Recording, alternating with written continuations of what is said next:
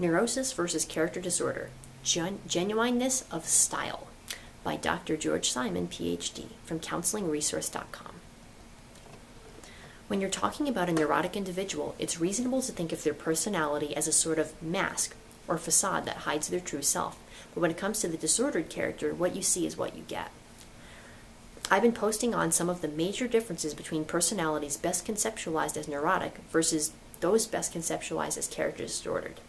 These differences have included issues related to self-image, how a person responds to adverse consequences, levels of awareness of problems, differing needs in therapy, etc., etc., etc. Neurotics also differ from disturbed characters with respect to the genuineness of their personality style. Freud and several of his followers conceptualized personality as a social facade or mask. A person's true self was thought to be hidden behind the social front he or she presented. So, a person who seemed particularly gregarious on the surface might actually be quite shy and interpersonally anxious underneath it all, presenting a front that compensated for their shyness and provided a wall of defense against the anxiety associated with more intimate social engagement.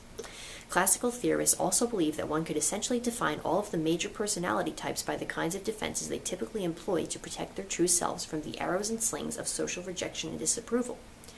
Disordered characters are who they are, and unfortunately often to the core.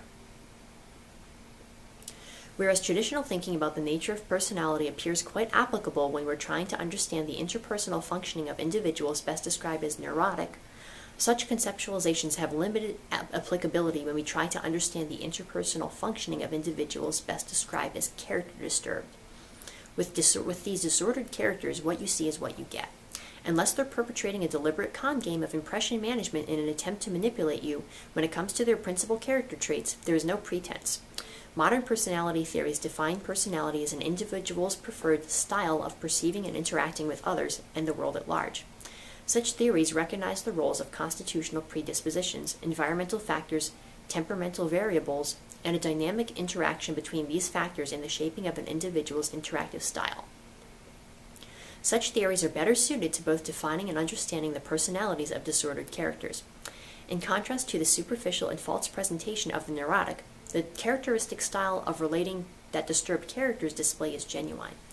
Disordered characters are who they are, and unfortunately often to the core. I once worked at a residential treatment program that specialized in treating young persons who were already displaying significant disturbances of character and conduct. One day, a young man was admitted who, within minutes of arrival, began making a list on a notepad of improvements he thought the staff needed to make in the program. He demanded an audience with the administrator of the faculty to present his plan for restructuring the program. His haughtiness naturally caught the attention of the staff, some of whom referred to him as Mr. High and Mighty. Yet when this young man's treatment plan was fashioned, the head nurse recalled this young man's haughtiness and proposed that his first goal for treatment to increase his sense of self-esteem. Steeped in the principles of traditional psychology, she assumed, as is common to neurotics, that this young man's pompous attitude simply must have been a compensation for underlying feelings of inferiority.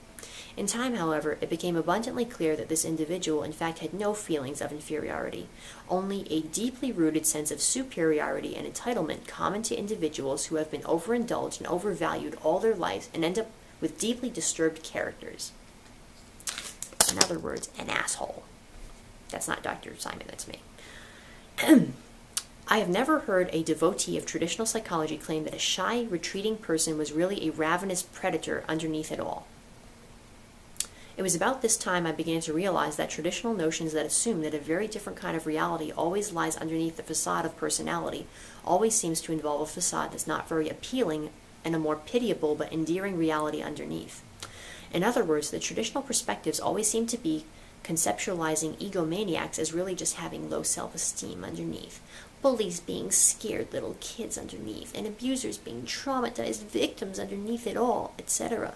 I have never heard a devotee of traditional psychology claim that a shy, retreating person was really a ravenous predator underneath it all, or that a particularly sensitive person really had a heart of stone.